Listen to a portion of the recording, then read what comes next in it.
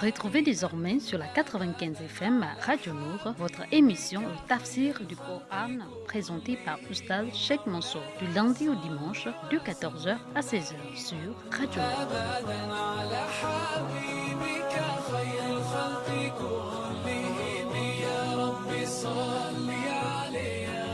Retrouvez désormais sur la 95 FM Radio Nour votre émission Le Tafsir du Coran présentée par Oustaz Cheikh Mansour du lundi au dimanche de 14h à 16h sur Radio Nour.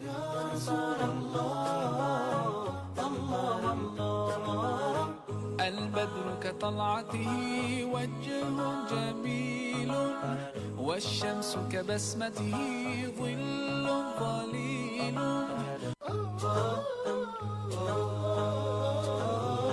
مولاي صل وسلم. Retrouvez désormais sur la 95 FM Radio Nour votre émission Le Tafsir du Coran présentée par Oustaz Cheikh Mansour du lundi au dimanche de 14h à 16h sur Radio Nour.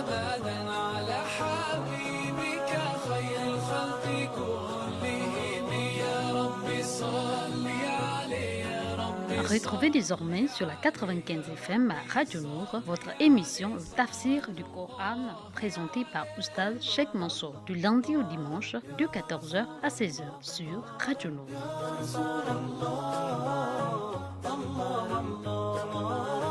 البدر كطلعته وجه جميل والشمس كبسمته ظل ظليل.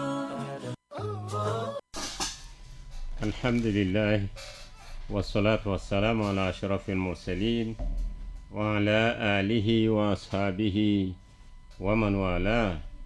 Nous louons Allah le très haut, le très miséricordieux, le tout-puissant, le Créateur suprême. Allah qui est harmonie éternelle. Il est éternité indescriptible. Il est bonheur absolu. Intelligence illimitée et amour sans borne, c'est la sagesse infinie. Il nous a accordé une fois de plus ce Ramadan où nous sommes aujourd'hui le 11e jour. Aujourd'hui, nous sommes le 11e jour du mois de Ramadan 2021 dans lequel nous sommes en train de faire le commentaire du Saint-Coran.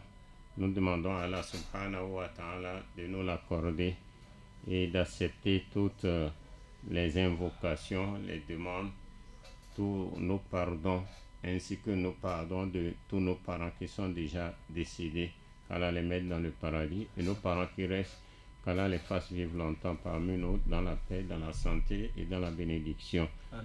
Et que Allah continue toujours à mettre la paix au Gabon, la paix un peu partout dans le monde, et que Allah, le Tout-Puissant, le Créateur suprême, éradique cette pandémie qui est en train de faire ravage dans le monde entier. Amen. Donc le tafsir d'aujourd'hui, nous allons le commencer par le verset 27 du chapitre 5. Le verset 27, chapitre 5, Surat Maïda. أعوذ بالله من الشيطان الرجيم بسم الله الرحمن الرحيم واتل عليهم نبأ بني آدم بالحق إذ قربا قربانا فتقبل من أحدهما ولم يتقبل من الآخر قال لأقتلنك قال إنما يتقبل الله من المتقين لئن بسطت إلي يدك لتقتلني ما أنا بباسط يدي إليك لأقتلك إني أخاف الله رب العالمين إني أريد أن تبوء بإثمي وإثمك فتكون من أصحاب النار وذلك جزاء الظالمين فطوأت له نفسه قتل أخيه فقتله فأصبح من الخاسرين فبعث الله غرابا يبحث في الأرض ليريه كيف يواري سوءة أخيه قال يا ويلتى أعجزت أن أكون مثل هذا الغراب فأواري سوءة أخي فأصبح من النادمين. Non. Allah subhanahu wa ta'ala nous raconte une histoire ici. Et cette histoire, personne n'a eu une longévité depuis l'époque de Adam jusqu'à l'époque du prophète Mohammed sallallahu alayhi wa sallam, depuis l'époque du premier homme sur terre jusqu'à l'époque du prophète Mohammed sallallahu alayhi wa sallam, pour pouvoir raconter au prophète Mohammed sallallahu alayhi wa sallam cette histoire qui s'est produite du vivant de Adam. Car il y a 124 000 prophètes, donc il n'y a pas quelqu'un qui a eu la longévité qui dépasse tous les 124 000 prophètes pour pouvoir connaître ce qui s'est passé à l'époque de Adam et raconter ça au prophète Mohammed sallallahu alayhi wa sallam à son époque. C'est Allah seul qui est l'éternel, indescriptible.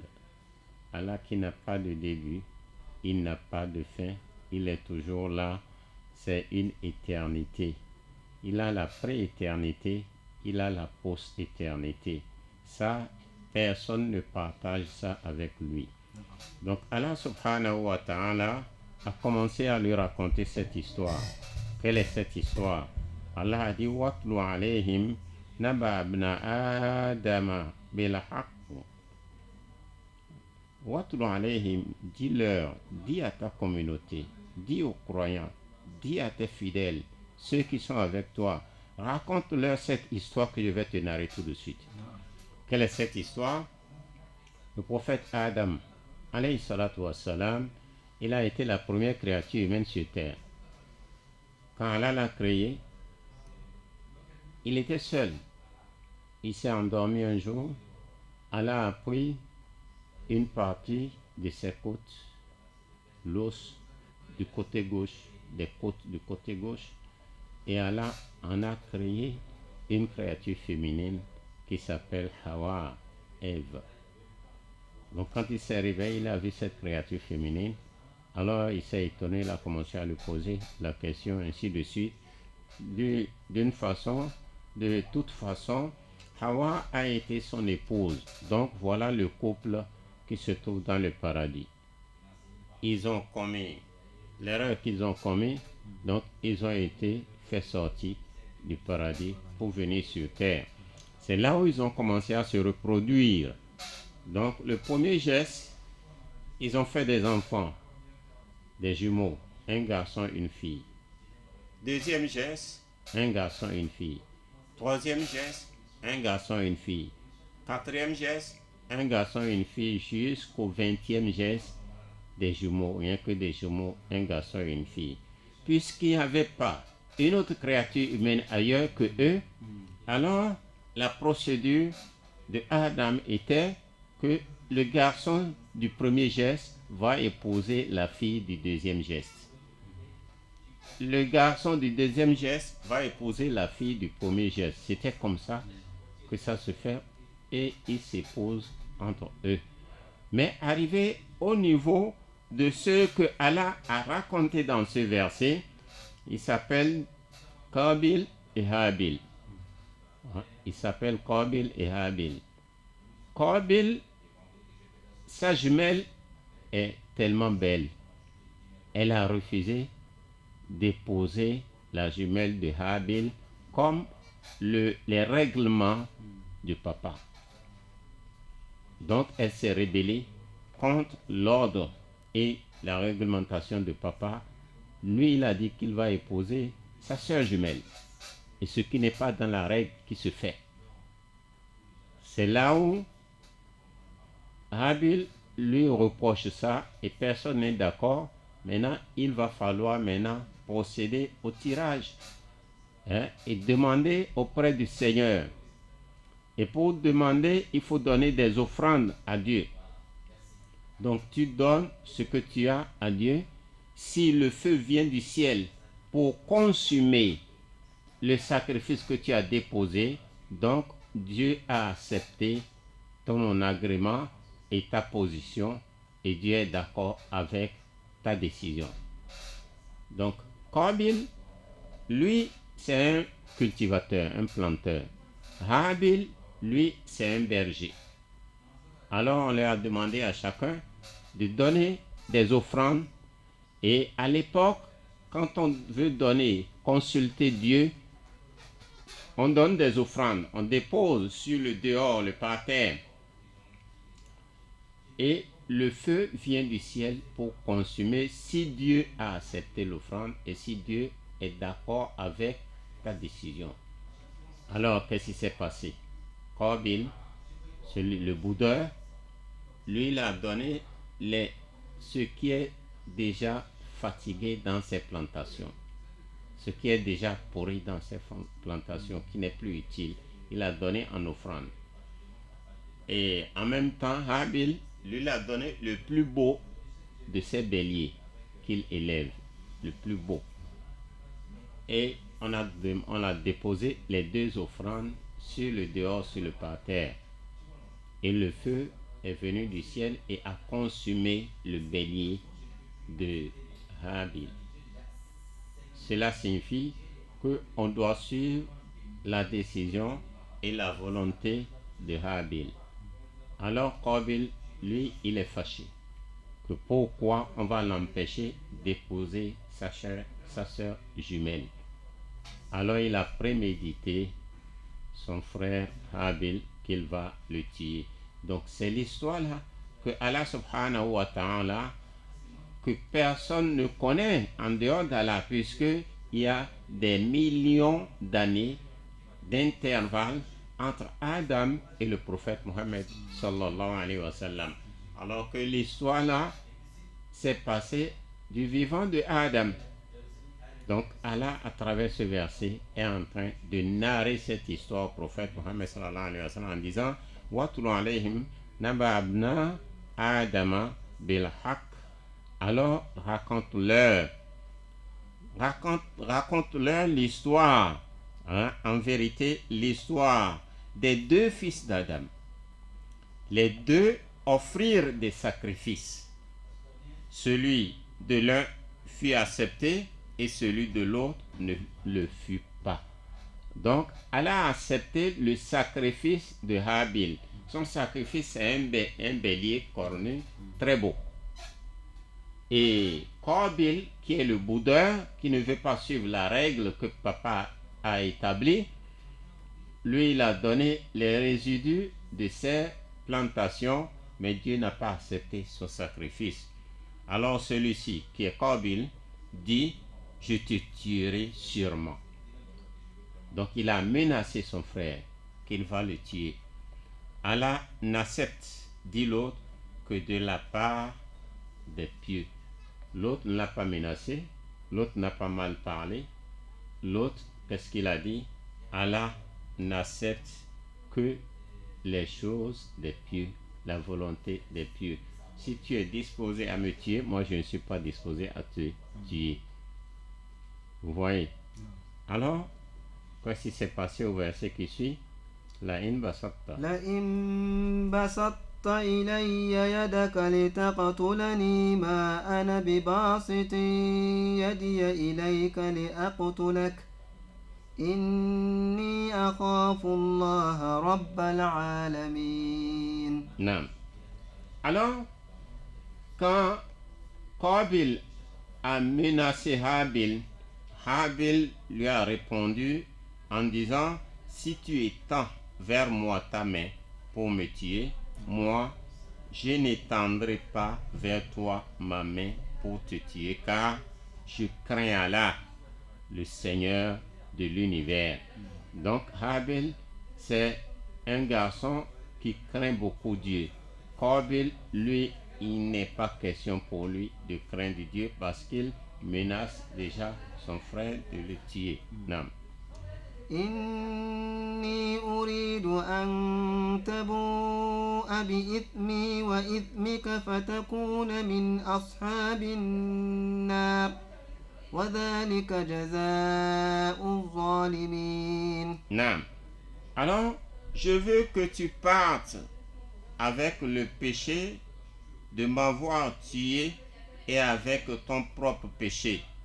Alors, tu seras du nombre des gens du feu. Telle est la récompense des injustes. Donc, voilà ce que Habil a ajouté. Hein, que lui n'est pas disposé à le tuer.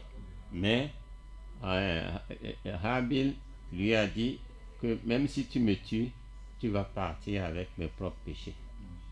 Et tu iras aussi avec tes propres péchés. Donc, cela nous montre que si quelqu'un tue l'autre, c'est très grave, car tu ne sauras jamais ce qui va se passer là-bas. Car est-ce que tu es disponible?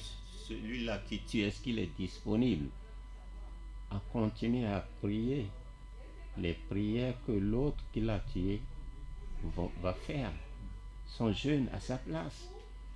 Donc c'est une chose abominable et très très grave. qu'Allah nous en préserve.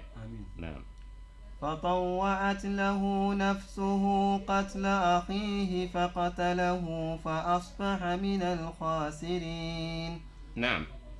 Alors, فطوعت له نفسه قتل أخيه, son âme l'incita à tuer son frère. النفس الأمارة, نفس الأمارة بالسوء. Il y a des âmes qui incitent à la débauche, au péché. C'est ça. Fatawat lahu nafsuhu, son âme l'a incité à tuer son frère Habil. Et ainsi, il le tua donc et devint ainsi du nombre des perdants. Qu'Allah nous en préserve. Amen. فبعث الله غرابا يبحث في الأرض ليريه كيف يواري سوءة أخيه قال يا ويلتى أأجزت أن أكون مثل هذا الغراب فأواري سوءة أخي فأصبح من النادمين. Alors, quand il a tué son frère, qu'est-ce qui s'est passé? Il a tué son frère. Et puisque Habil a été le premier à goûter la mort, avant Habil, personne n'est mort. Alors, il essaie de tirer son frère un peu partout, de le réveiller. Puis celui aussi ne connaît pas ce qu'on appelle la mort. Il croit que quand on meurt, on va encore se lever. Alors, il le pousse, il l'appelle, il le tire un peu partout. Il ne sait pas comment il va faire jusqu'au point où il est tellement fatigué. Et il s'est assis. Qu'est-ce qui s'est passé? Alors Dieu a envoyé un oiseau. Certains ont dit que c'est un corbeau qui est venu. Ce n'est pas un oiseau, je crois que c'est deux oiseaux qui sont venus. Donc, puis Allah a envoyé un corbeau qui se mit à gratter la terre pour lui montrer comment ensevelir le cadavre de son frère. Il dit, malheur à moi, suis-je incapable d'être comme ce corbeau, à même d'ensevelir le cadavre de mon frère. Il devient alors du nombre de ceux que ronge le remords. Donc, dans d'autres tafsirs, les gens ont dit qu'il y avait deux corbeaux qui ont commencé à se battre. Allah a envoyé les deux corbeaux, ils ont commencé à se battre. L'un a tué l'autre. Et c'était en face de Kabil qui avait à côté de lui le cadavre de son frère Habil. Alors, le corbeau qui a tué l'autre, quand il a fini de le tuer, il a creusé maintenant la terre avec ses pattes et il a balancé l'autre corbeau dedans pour montrer à Qabil ce qu'il doit faire de son frère qui est décédé. Donc, par là, les savants ont déduit que nous sommes tellement ignorants, faibles, vantards, si bien que c'est les autres créatures qui n'ont pas la même importance que nous auprès d'Allah. Parce que Dieu nous aime plus que toutes les autres créatures. C'est l'oiseau qui montre maintenant à Qabil comment il va enterrer son frère. Cela nous montre la petitesse de notre cerveau, la petitesse de notre capacité, où nous ne valions rien à cause de notre ingratitude. Donc voilà que c'est le corbeau qui nous a montré comment on enterre les morts. من أجل ذلك كتبنا على بني إسرائيل أنه من قتل نفسا بغير نفس أو فساد في الأرض فكأنما قتل الناس جميعا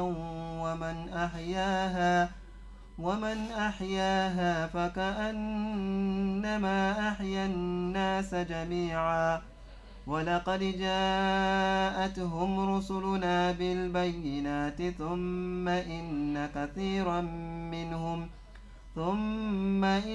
كثيرا منهم بعد ذلك في الأرض لمسرفون إنما جزاء الذين يحاربون الله ورسوله ويسعون في الأرض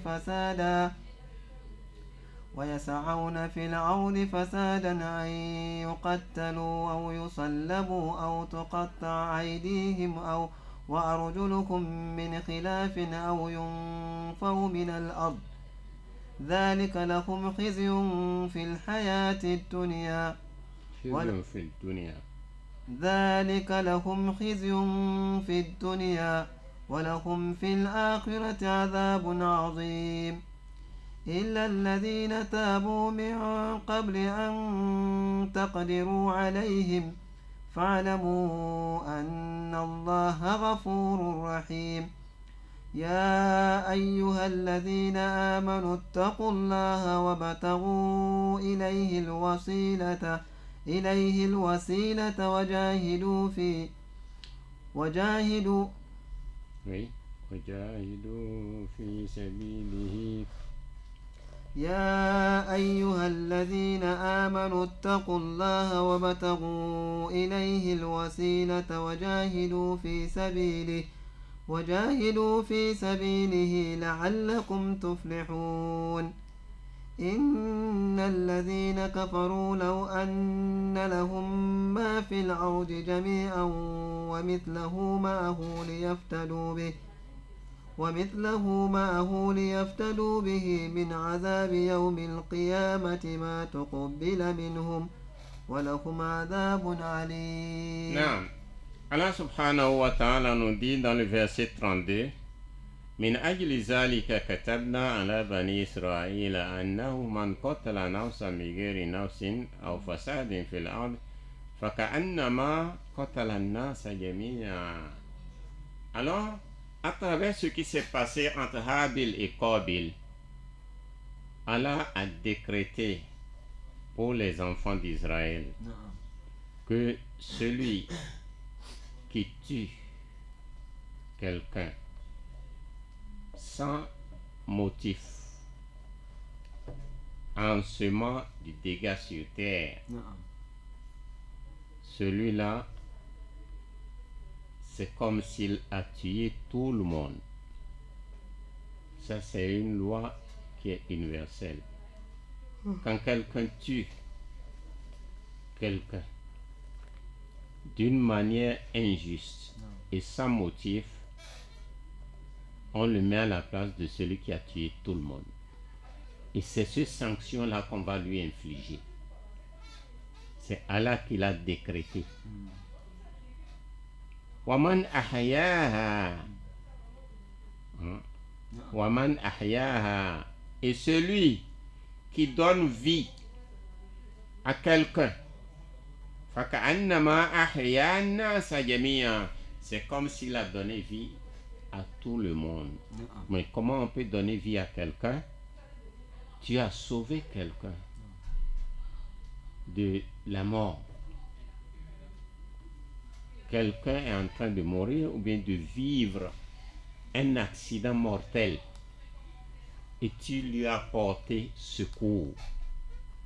Donc le secours que tu as apporté là, tu as apporté ce secours à tout le monde. Quelqu'un qui, si tu n'interviens pas, si tu n'interviens pas, alors la personne va mourir. Hein?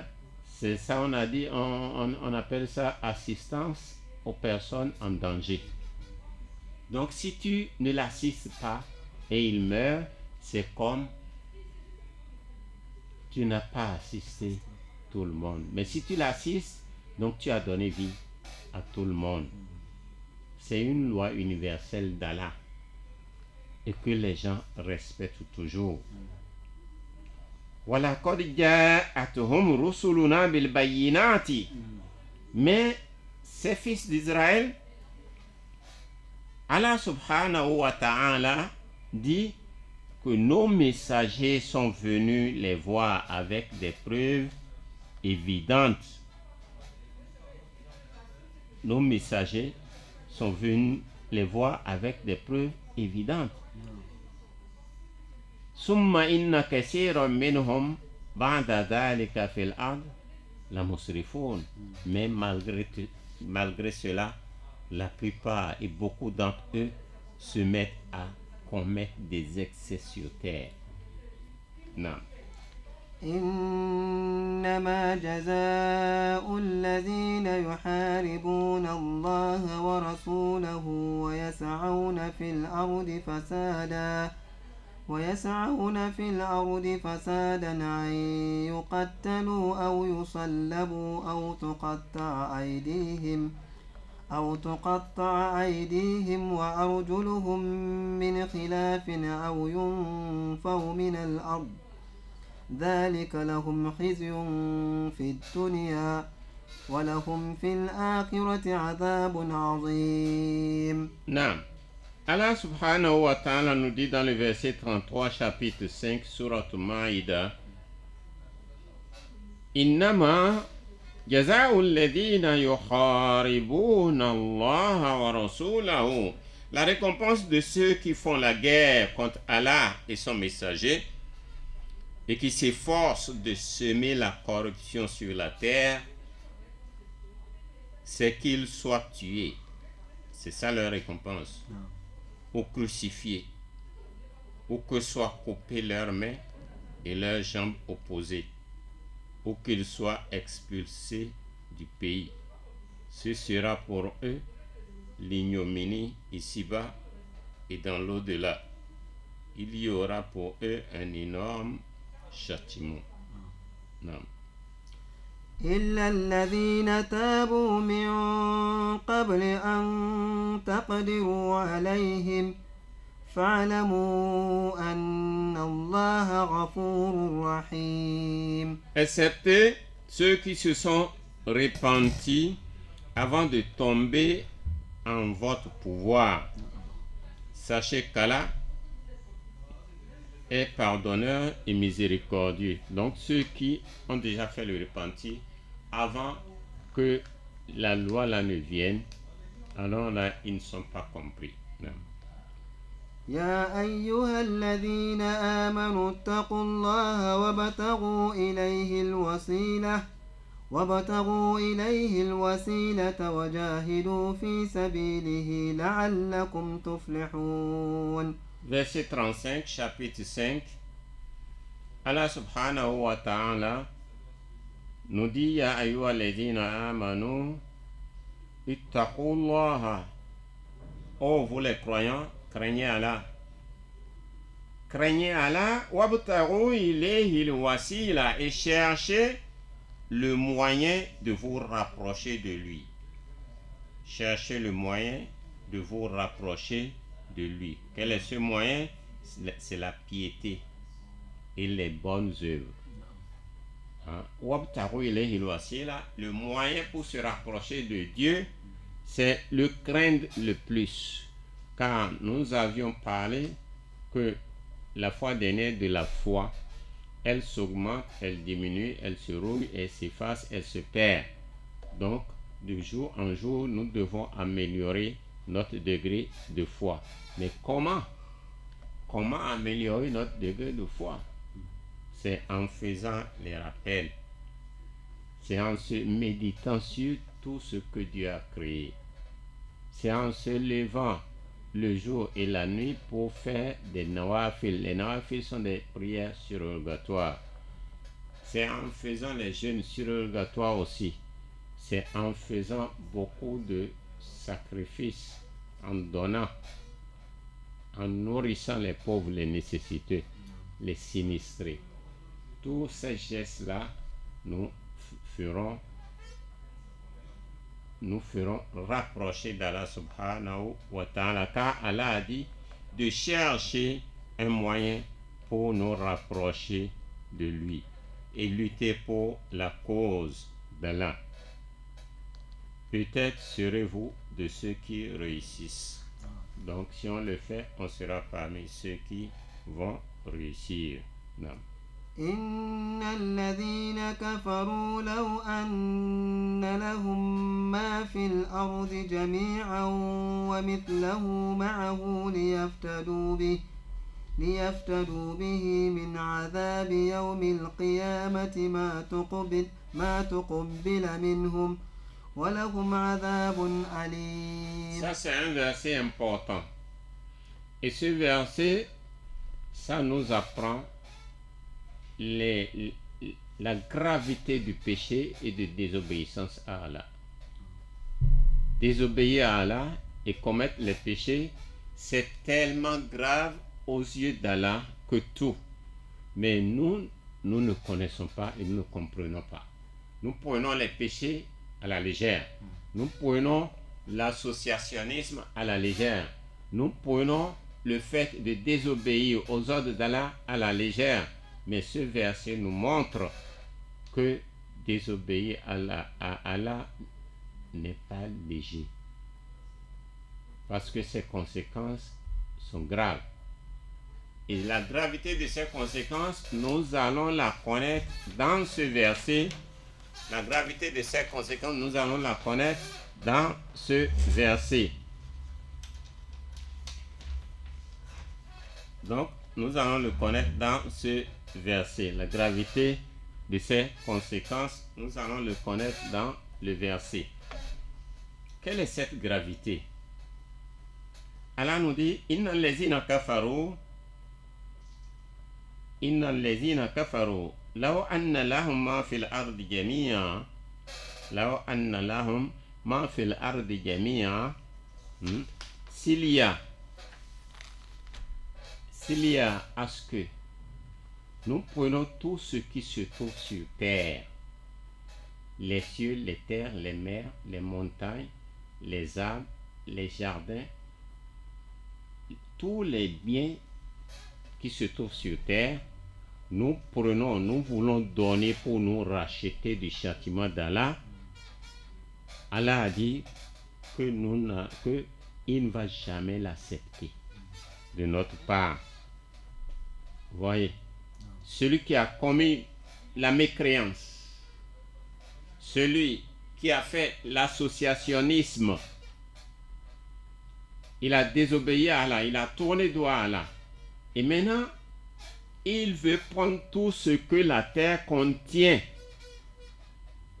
pour se racheter auprès d'Allah et échapper au châtiment d'Allah. Allah a dit, nous n'allons pas lui accepter ça.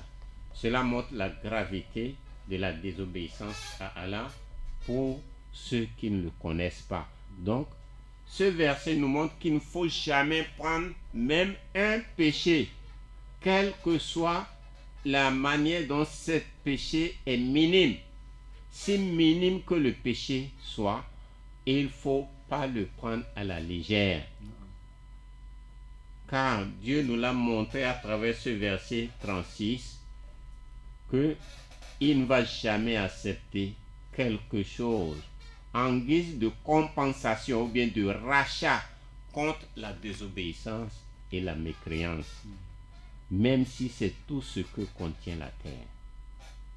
Voilà, que ceux-là qui désobéissent à Allah le sachent que donc il ne faut pas qu'ils commettent les péchés, car s'ils commettent les péchés, ils auront un châtiment très très douloureux et que rien ne pourra sauver et racheter.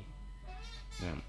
يريدون أن يخرجوا من النار وما هم بخارجين منها ولهم عذاب مقيم والسارق والسارقة فاقطعوا أيديهما جزاء بما كسبا نكالا من الله والله عزيز حكيم فمن تاب من بعد ظلمه وأصلح فإن الله يتوب عليه إن الله غفور رحيم ألم تعلم أن الله له ملك السماوات والأرض يعذب من يشاء ويغفر لمن يشاء والله على كل شيء قدير يا أيها الرسول لا يحزنك الذين يسارعون في الكفر من الذين قالوا آمنا بأفواههم ولم تؤمن قلوبهم ومن الذين هادوا سماعون للكذب سماعون لقوم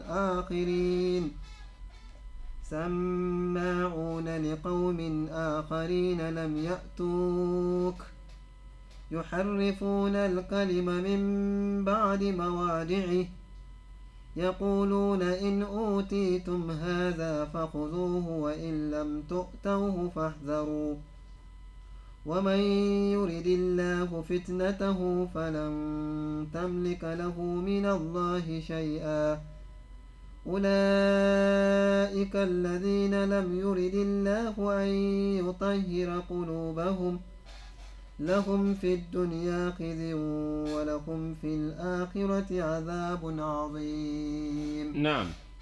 Allah subhanahu wa ta'ala nous dit dans le verset 37 du chapitre 5, et il nous parle à propos de ceux qui ne croient pas et qui rejettent la parole divine, que rien ne peut les permettre de se racheter du châtiment d'Allah, même si ils mobilisent tout ce que la terre contient pour se racheter du châtiment d'Allah. Et Allah ajoute qu'ils voudront sortir du feu, mais ils n'en sortiront point et ils auront un châtiment permanent. Donc ils font des stratégies pour sortir du feu et chercher des moyens par lesquels ils peuvent se rattacher, et Allah n'est pas là pour accepter leur vouloir. Et le verset 38 nous dit والسارق والسارقة فاقطعوا أيديهما جزاء بما كسبا نكالا من الله والله عزيز حكيم. Donc le verset 38, Allah parle du voleur. Car Allah rentre dans toute notre vie, tout entière. Le voleur et la voleuse, à tous deux couper la main, en punition de ce qu'ils se sont acquis, et comme châtiment, et la part d'Allah, et comme châtiment, et la part d'Allah. Allah est puissant et sage. Ça, c'est un décret d'Allah, subhanahu wa ta'ala, établi pour le voleur et la voleuse. À tous deux, on coupe la main, en punition de ce qu'ils se sont acquis, et comme châtiment et la part d'Allah. Allah est puissant et sage. Mais ce verset, nous devons le commenter. Nous devons le commenter. Car beaucoup voient que c'est trop sauvage, c'est trop cruel, c'est trop sanguinaire de couper la main du voleur. Mais ce n'est pas du jour au lendemain qu'il faut couper la main. Ou bien une fois qu'on a crié au voleur, on l'attrape, on coupe ses mains. Non, c'est pas comme ça. C'est pas comme ça. Avant que les autorités n'arrivent à l'application de cette loi, tous les responsables, toutes les autorités, tous les parents d'enfants doivent assumer à la lettre leurs responsabilités. Quelles responsabilités? Les responsabilités établies par Dieu. D'abord, le chemin est long pour aboutir à ici. Parce qu'on ne va pas voir quelqu'un, il a volé tout de suite, on le coupe les mains. Non, non, non, c'est pas comme ça. Ceux qui gèrent le pays, ceux qui gèrent la ville, ceux qui gèrent le village, ensuite chaque père de famille, tous ceux-là ont des responsabilités à accomplir d'abord. Donc, s'il y a des failles en haut, on ne peut pas accomplir cette loi-là. L'enfant qui a faim, qui n'a pas trouvé à manger, il va voler. Alors, maintenant la responsabilité est à qui? Il faut d'abord voir qui sont ses parents. Comment ils ont élevé cet enfant. Cet enfant qui est sa mère. Quel lien entre sa mère et son père? Ils sont divorcés? Est-ce que c'est un mariage? Ou bien c'est un enfant comme ça, sans mariage? Il faut tout savoir d'abord. Les autorités du pays qui doivent avoir la responsabilité de la charge de la bonne marche du pays. Est-ce que ça se fait? Tout ça là. Donc on ne va pas trouver une loi dans le Coran et puis on applique cette loi. Non, c'est pas comme ça. Il fut un temps où il y a du terrorisme dans un pays frère, où ils ont commencé à dire qu'ils vont appliquer cette loi-là. Jusqu'au point où ils ont coupé la main de quelqu'un. Après, ça s'est avéré que la personne est innocente. Tu vois? Et la main qui est coupée, qui va la remplacer? Après l'enquête, ils ont compris maintenant que lui n'a pas volé. Regardez les erreurs. C'est pourquoi Dieu nous appelle à rentrer totalement dans l'islam. Rentrer totalement dans l'islam, ce n'est pas seulement je prie régulièrement, sans retarder. Je suis régulier à la prière dans la mosquée. Je ne manque aucun ramadan. Je paye ma zakat. Non, on ne parle pas de ça. Le Coran est régi de lois. Est-ce que chacun fait sa responsabilité? Dans la maison, qui est le dernier à dormir dans la maison? Est-ce que les parents dorment avant les enfants? Ou bien c'est les enfants qui dorment avant les parents? Parce que le père de famille doit être le dernier à aller.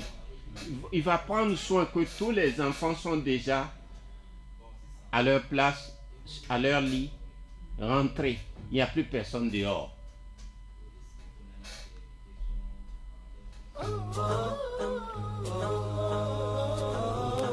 مولاي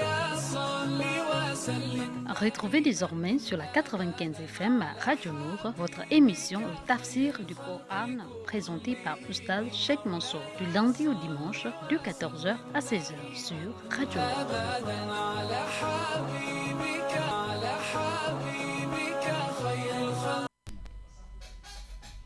Donc, nous sommes au verset 38 du chapitre 5 où Allah subhanahu wa ta'ala nous dit le voleur et la voleuse à tous deux couper la main. Et c'est ça que nous sommes en train de commenter. Que avant de mettre en application cette loi, il y a un long chemin à parcourir.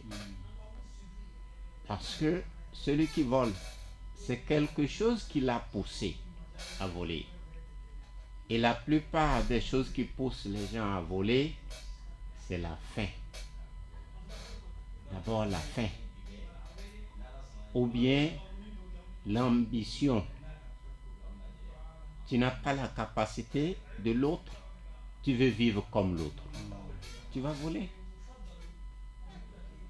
Tu es impuissant d'atteindre tel degré de vie. Tu n'as pas les moyens pour atteindre tel niveau de vie. Et tu suis les camarades, les amis. Tu vas voler. Donc, c'est les responsables qui vont faire leur devoir. Et le responsable commence d'abord dans le foyer. Le père, la mère vont faire leur devoir. La bonne éducation à donner aux enfants.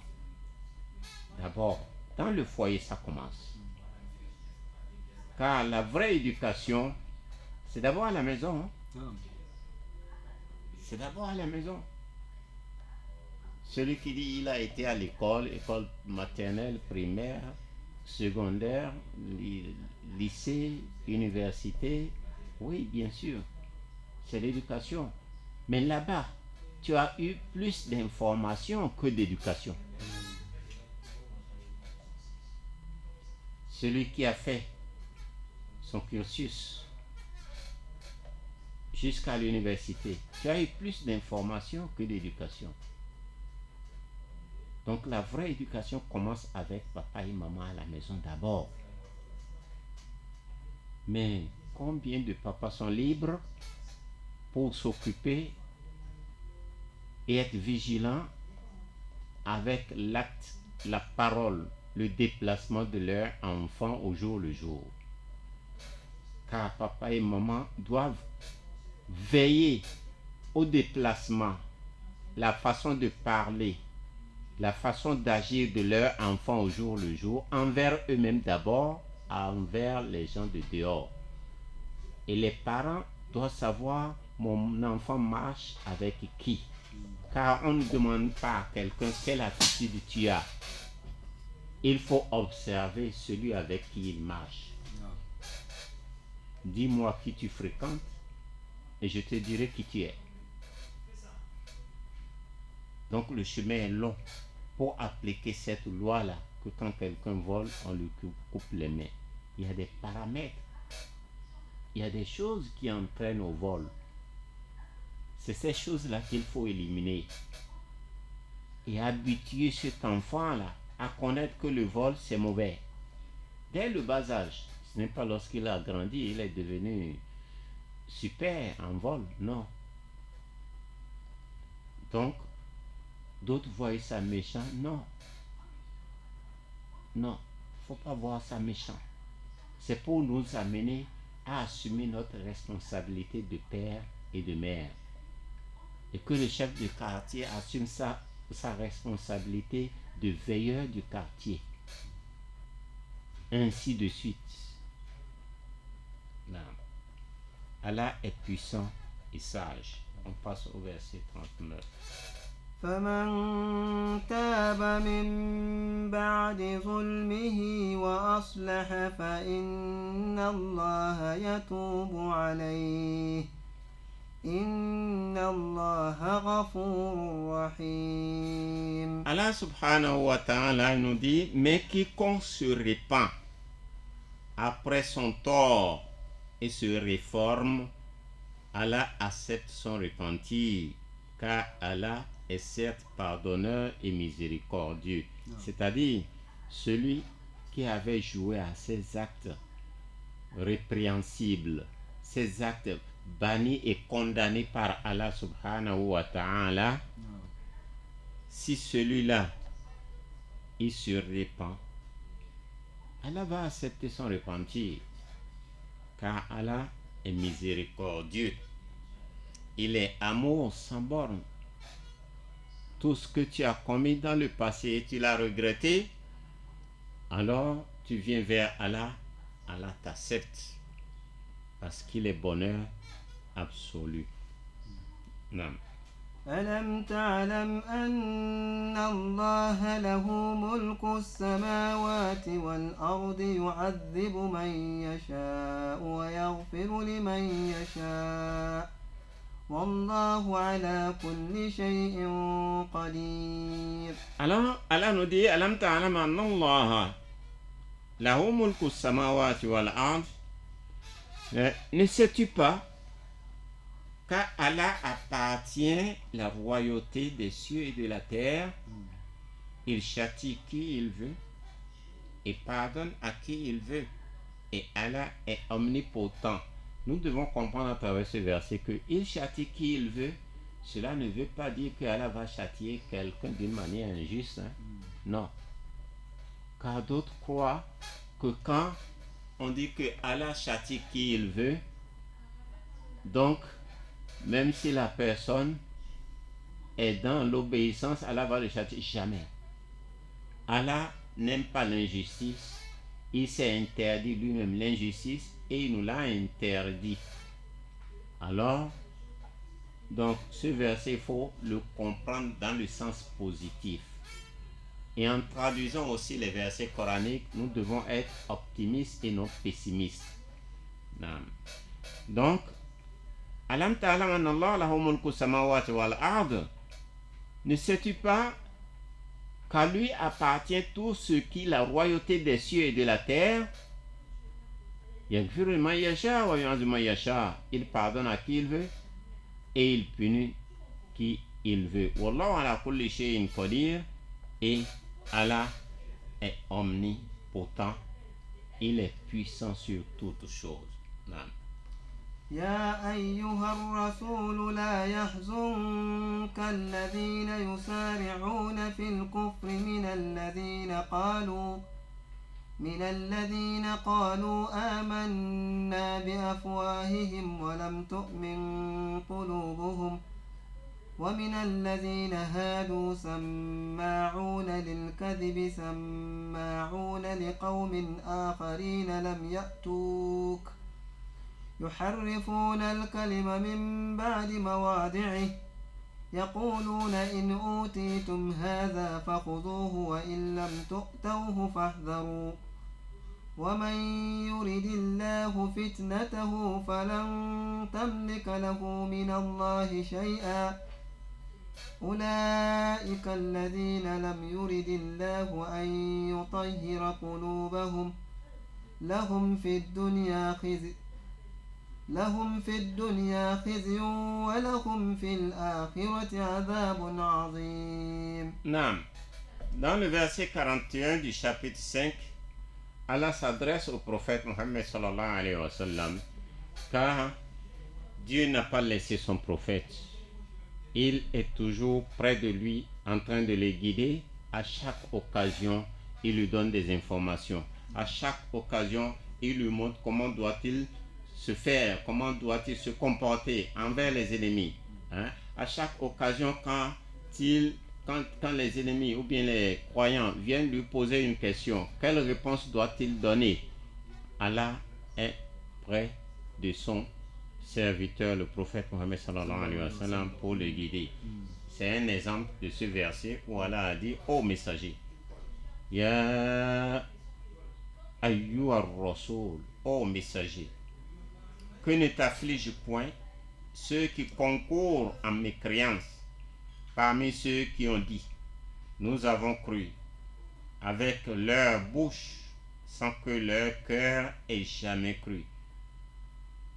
Donc parmi les gens il y a des hypocrites qui disent au prophète Mohammed sallallahu alayhi wa sallam, ils déclarent leur foi en Allah au prophète Mohammed sallallahu alayhi wa sallam, mais le cœur n'est pas dans la foi, le cœur n'a pas accepté. Donc c'est l'hypocrisie. Et parmi les juifs qui aiment bien écouter le mensonge et écouter d'autres gens qui ne sont jamais venus à toi et qui déforment les sens des mots, une fois bien établis. Donc il y a aussi parmi les juifs ceux qui écoutent les mensonges et qui écoutent ceux qui sont des ennemis du prophète Mohammed sallallahu alayhi wa sallam. Ils disent, si vous avez reçu ceci, acceptez-le, et si vous ne l'avez pas reçu, soyez méfiants. Tout ceci, c'est pour jouer à la mécréance et à l'hypocrisie envers le prophète Mohammed sallallahu alayhi wa sallam. Celui qu'Allah veut éprouver, tu n'as pour lui aucune protection contre Allah. Ça, c'est une recommandation du prophète Mohammed sallallahu alayhi wa sallam, que celui qui sera éprouvé, alors tu ne pourras rien pour le faire revenir de cette épreuve. Tu n'as pour lui aucune protection contre Allah. Voilà ce dont Allah n'a point voulu purifier les cœurs. Il s'agit de ceux-là dont Allah parle. Ceux que Allah est en train de trahir au prophète Mohammed sallallahu alayhi wa sallam, Allah n'a pas voulu purifier leur cœur. À eux seront réservés une ignominie, c'est-à-dire une bassesse, une honte. Ici-bas, ils auront la honte et un énorme châtiment dans l'au-delà.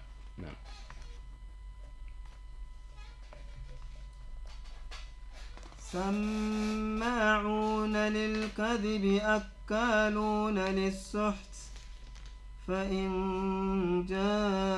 جاءوك فاحكم بينهم أو أعرض عنهم وإن تعرض عنهم فلن يضروك شيئا وإن حكمت فاحكم بينهم بالقسط إن الله يحب المقسطين وكيف يحكمونك وعندهم التوراة فيها حكم الله ثم يتولون من بعد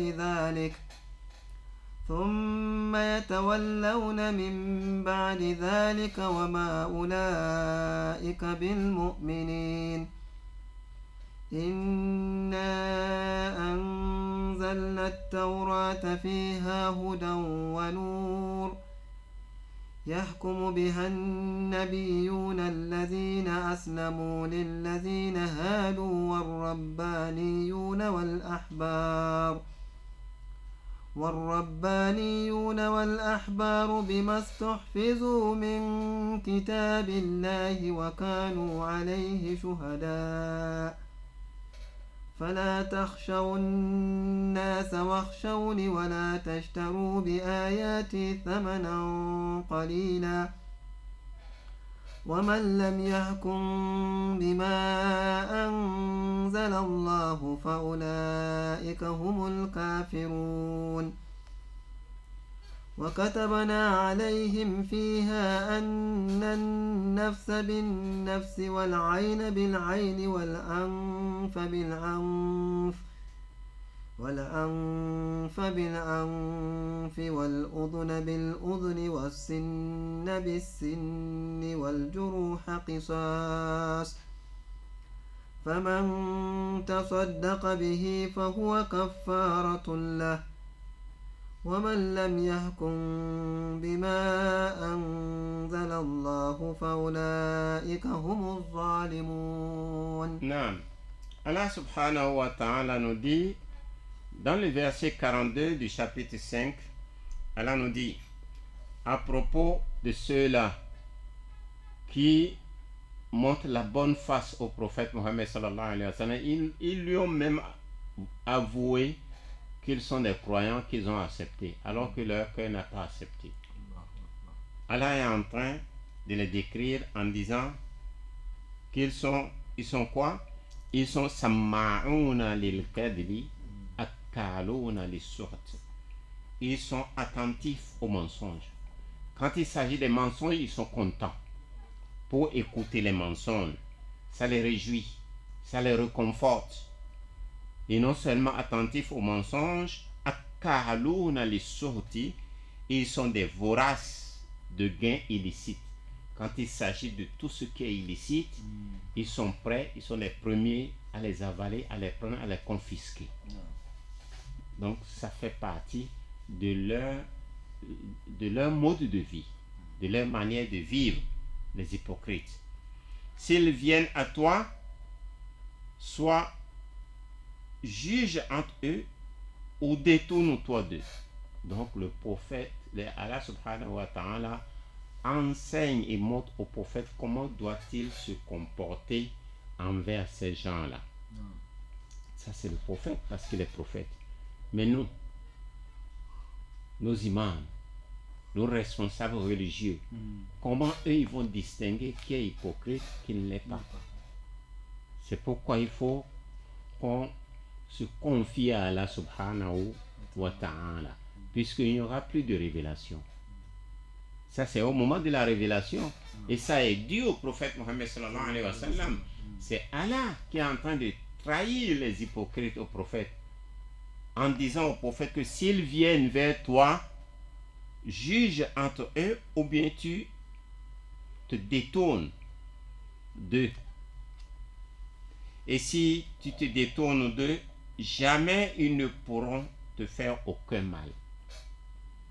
Et si tu juges, alors juge entre eux en équité. Car Allah aime ceux qui jugent équitablement. Ça, c'est la conduite à tenir que Allah est en train de donner au prophète Mohammed sallallahu alayhi wa sallam, la conduite à tenir envers ces hypocrites. Non. وكيف يحكمونك وعندهم التوراة فيها حكم الله ثم يتولون من بعد ذلك وما أولئك بالمؤمنين. Alors, Allah subhanahu wa ta'ala nous dit وَكَيْفَ يُحَكِّمُونَكَ وَعِنْدَهُمُ التَّوْرَاةُ فِيهَا حُكْمُ اللَّهِ. Mais comment te demanderait-il d'être leur juge quand ils ont avec eux la Torah dans laquelle se trouve le jugement d'Allah, car la Torah est venue d'Allah et a été révélée au prophète Moïse, qui est le prophète qu'on leur a confié, le prophète qu'on leur a confié. Et puis après cela, ils rejettent ton jugement. Ces gens-là ne sont nullement les croyants, parce qu'ils ont commis des dégâts. Et ils savent que leur livre, la Torah, qu'ils connaissent très bien, ils le connaissent noir sur blanc. Ils savent que le jugement qui se trouve dans la Torah, c'est un jugement qui ne leur porte pas avantage, ce n'est pas à leur avantage. C'est pourquoi ils viendront voir le prophète Mohammed sallallahu alayhi wa sallam pour demander le jugement, que peut-être dans son jugement il y aura l'allègement, alors que c'est le même Dieu qui a fait descendre la Torah, qui a fait descendre le Coran. Donc il n'y a pas contradiction dans les deux livres. C'est toujours l'hypocrisie qui les amène à jouer de cette manière. Non. إنا أنزلنا التوراة فيها هدى ونور يحكم بها النبيون الذين أسلموا للذين هادوا والربانيون والأحبار بما استحفظوا من كتاب الله وكانوا عليه شهداء فلا تخشوا الناس واخشوني ولا تشتروا بآياتي ثمنا قليلا ومن لم يحكم بما أنزل الله فأولئك هم الكافرون. Dans le verset 44 du chapitre 5, Allah subhanahu wa ta'ala nous fait comprendre et nous décrit sa révélation. Nous avons fait descendre la Torah dans laquelle il y a guide et lumière. La Torah ne vient pas de la propre volonté de Moïse. Elle a été révélée par Allah à Moïse. C'est sur sa base que les prophètes qui se sont soumis à Allah, ainsi que les rabbins et les docteurs jugent les affaires des Juifs. C'est sur la base de la Torah que tous les prophètes jugent les affaires des juges. C'est sur la base de la Torah que les rabbins jugent les affaires des juges. Les docteurs en jurisprudence aussi, ils se basent sur la Torah pour juger au niveau des affaires des juges. Car on leur a confié la garde du livre d'Allah. La Torah, on leur a confié ça. Et ils en sont les témoins. Donc, ils ne doutent pas sur le livre. Ne craignez donc pas les gens, mais craignez-moi. Allah subhanahu wa ta'ala recommande de ne pas craindre les gens, il faut craindre Allah. Et ne vendez pas mes enseignements à vil prix. Et ceux qui ne jugent pas d'après ce qu'Allah a fait descendre, les voilà les mécréants. Non. وكتبنا عليهم فيها أن النفس بالنفس والعين بالعين والأنف بالأنف والأذن بالأذن والسن بالسن والجروح قصاص فمن تصدق به فهو كفارة له ومن لم يحكم بما أنزل الله فأولئك هم الظالمون. Verset 45 du chapitre 5, Allah nous dit: et nous y avons prescrit pour eux vie pour vie. Il a été prescrit dans la Torah que quand quelqu'un tue quelqu'un, on le tue. Ça veut dire vie pour vie. Tu as privé la vie de l'autre, toi aussi on te prive ta vie. Œil pour œil. Tu as arraché l'œil de l'autre. Si c'est l'œil gauche, on t'arrache aussi l'œil gauche. Nez pour nez. Tu as coupé le nez de l'autre, on te coupe aussi ton nez. Oreille pour oreille. Tu as coupé l'oreille droite de l'autre, on te coupe l'oreille droite. Dent pour dent. Tu as arraché une ou deux ou trois dents pour l'autre, toi aussi on t'arrache le nombre de dents que tu as arrachées. Les blessures tombent sous la loi du talion. Après, quiconque y renonce par charité, cela lui vaudra une expiation. Et ceux qui ne jugent pas, d'après ce qu'Allah a fait descendre, ceux-là sont des injustes. Non.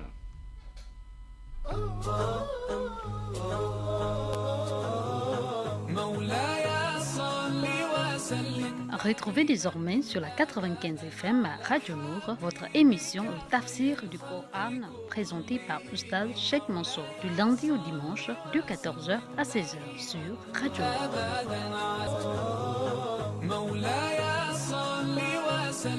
Retrouvez désormais sur la 95 FM. Donc, nous venons de terminer le verset 45 du chapitre 5 et nous allons entamer le verset 46. Non. وقفينا على آثارهم بعيسى ابن مريم مصدقا لما بين يديه من التوراة وآتيناه الإنجيل فيه هدى ونور ومصدقا لما بين يديه من التوراة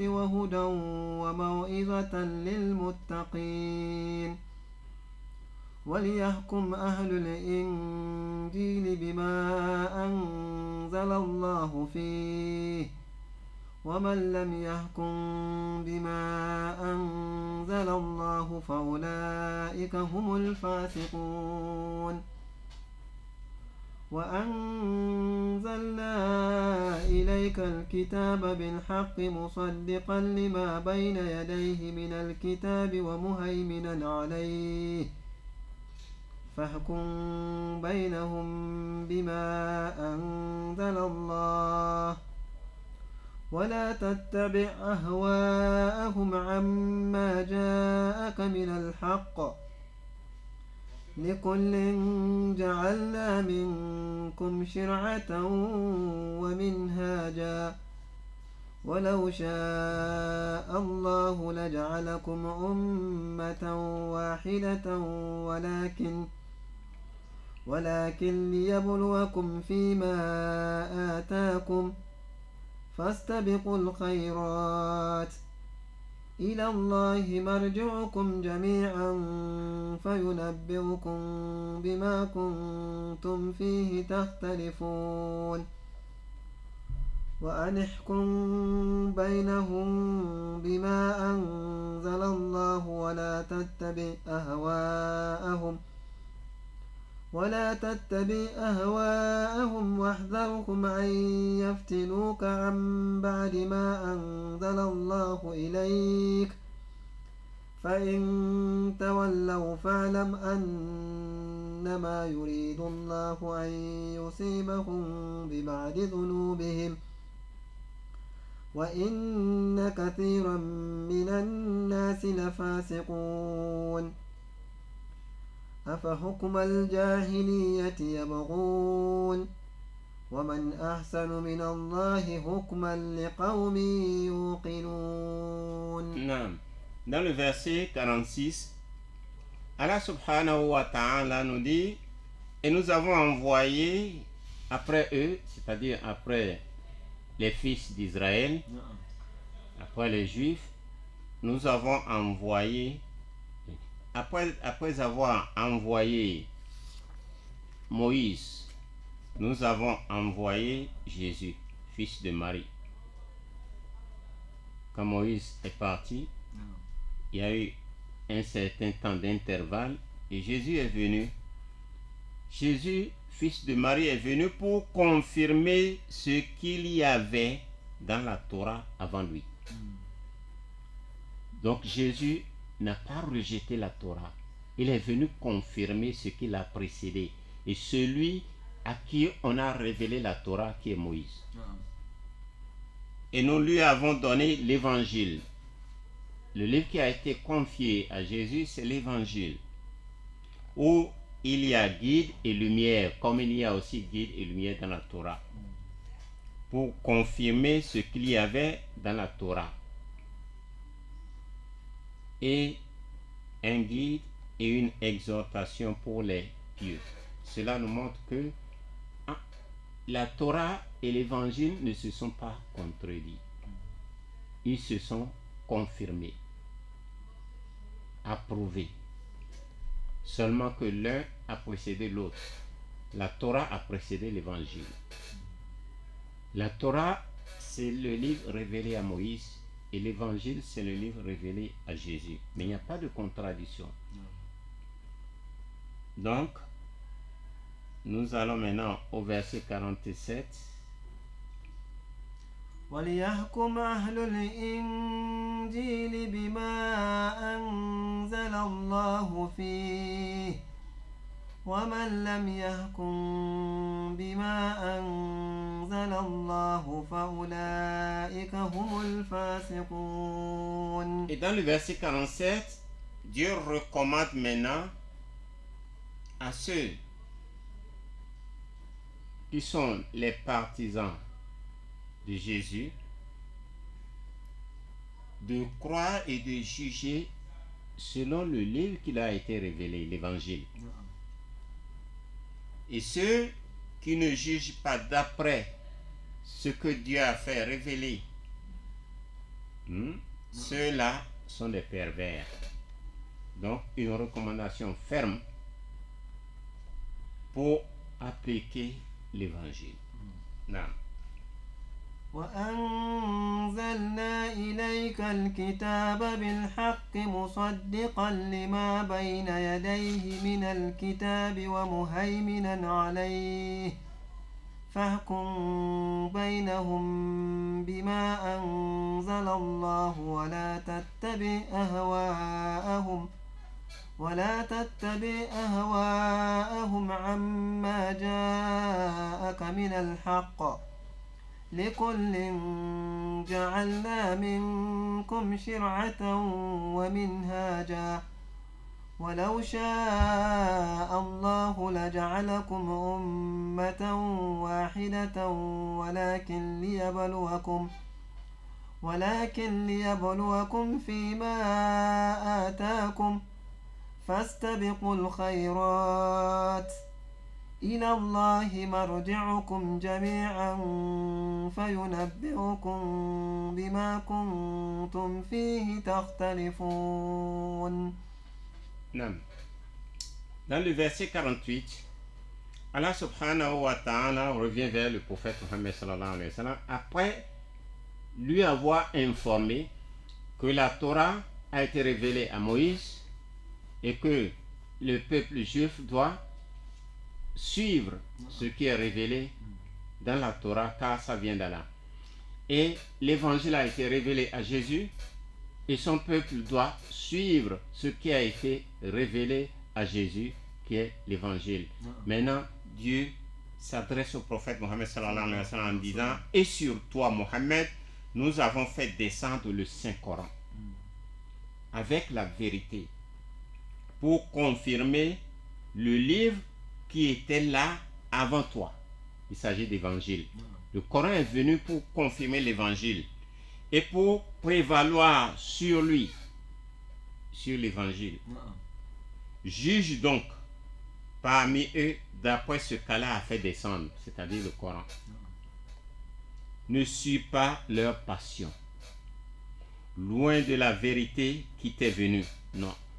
Il a été interdit au prophète Mohammed sallallahu alayhi wa sallam de suivre la passion des gens et d'abandonner la vérité. C'est interdit pour le prophète. À chacun de vous, nous avons assigné une législation et un plan à suivre. Tout se situe dans le Saint-Coran. Si Allah avait voulu, certes, il aurait fait de vous tous une seule communauté, c'est-à-dire les Juifs, les chrétiens et les musulmans. Il aurait fait une seule communauté qui devait avoir un seul prophète et un seul livre. C'est Dieu qui l'a dit ici. Mais il a voulu les séparer, comme il a séparé. Mais il veut vous éprouver en ce qu'il vous donne. Concurrencez donc dans les bonnes œuvres. C'est vers Allah qu'est votre retour à tous. Alors, il vous informera de ce en quoi vous divergiez. Le jour de la résurrection, Dieu va nous juger tous. Entre nous les trois religions monothéistes, le judaïsme, le christianisme et l'islam. Il y a des divergences, mais le jour de la résurrection, Dieu va trancher, Inch'Allah.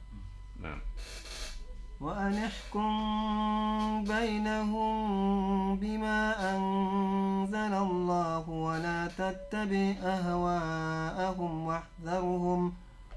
واحذرهم أن يفتنوك عن بعد ما أنزل الله إليك فإن تولوا فاعلم أنما يريد الله أن يصيبهم ببعض ذنوبهم وإن كثيرا من الناس لفاسقون.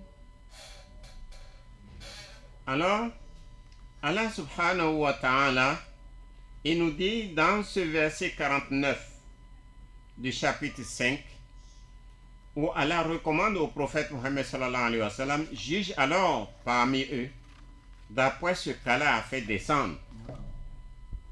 Ne suis pas leur passion et prends garde qu'ils ne tentent de t'éloigner d'une partie de ce qu'Allah t'a révélé. Ça, Allah l'invite maintenant à la vigilance. Et puis, s'il refuse le jugement révélé, sache qu'Allah veut les affliger ici-bas pour une partie de leurs péchés. Beaucoup de gens, certes, sont des pervers. نعم. أفحكم الجاهلية يبغون ومن أحسن من الله حكما لقوم يوقنون. Dans le verset 50, Allah subhanahu wa ta'ala nous dit: est-ce donc le jugement du temps de l'ignorance qu'il cherche, le temps d'avant l'islam, dans l'Arabie païenne? Est-ce que ce jugement, c'est ce jugement qu'il cherche? Qu'y a-t-il de meilleur qu'Allah? Il n'y a pas. Est-ce qu'il y a un Seigneur meilleur qu'Allah? Non. Il n'y a pas deux seigneurs. Il y a un seul Seigneur, un seul Dieu, c'est Allah. Et c'est lui aussi le meilleur. En matière de jugement pour les gens qui ont une foi ferme, si vous avez votre foi sincère et votre foi ferme, le jugement d'Allah est meilleur que tout.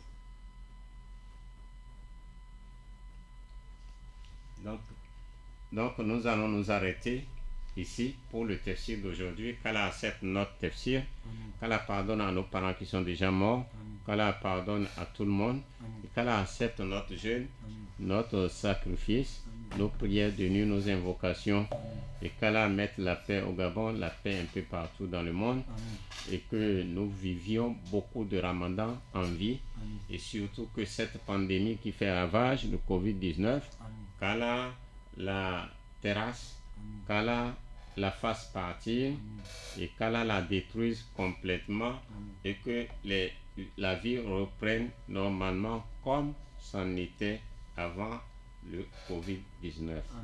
سبحانك اللهم وبحمدك أشهد أن لا إله إلا أنت أستغفرك وأتوب إليك سبحان ربك رب العزة عما يصفون وسلام على المرسلين والحمد لله رب العالمين.